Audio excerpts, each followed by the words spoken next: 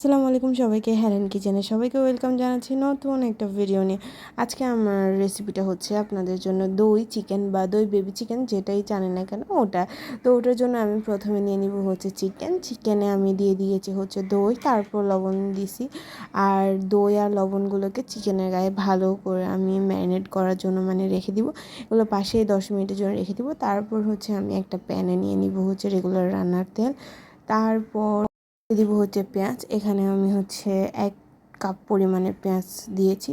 আর পেঁয়াজগুলোকে হচ্ছে আমি অনেক কিছুক্ষণ ভেজে লাল করে নিব।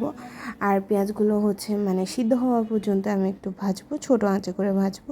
তারপর এখানেও কয়েকটা তেজপাতা আছে, তারপর 2টো হচ্ছে এলাচ, তারপর দারুচিনি, তারপর লবঙ্গ, গোলমরিচ, যেগুলো গোটা মশলা, গরম মশলা থাকে ওইগুলো আমি পেঁয়াজের সাথে দিয়ে ভালো করে ভেজে নেব। এগুলোকে ভেজে নেওয়া হয়ে গেলে এখানে আমি ইউজ করব হচ্ছে দই, আর তারপর ইউজ করব হচ্ছে আদা আর রসুনের পেস্ট। এখানে হচ্ছে আমি সবগুলো 1 টেবিল চামচ করে ইউজ করছি।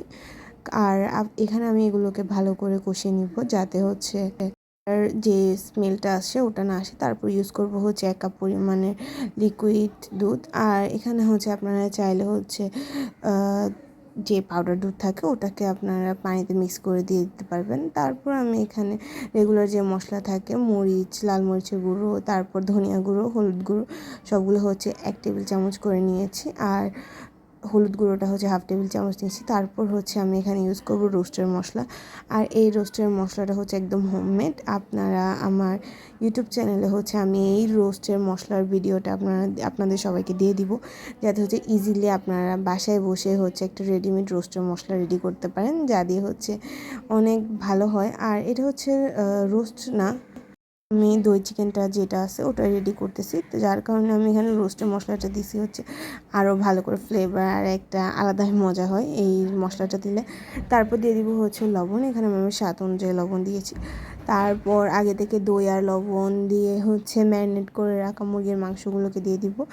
আর মাংসগুলো দেওয়ার পর এগুলোকে ভালো করে মশলার সাথে মিক্স করে নিব, মশলার সাথে ভালো করে মাখিয়ে নিব, যাতে হচ্ছে অনেক ইজিলি হচ্ছে মাংসের গায়ে মশলাগুলো লেগে যায়।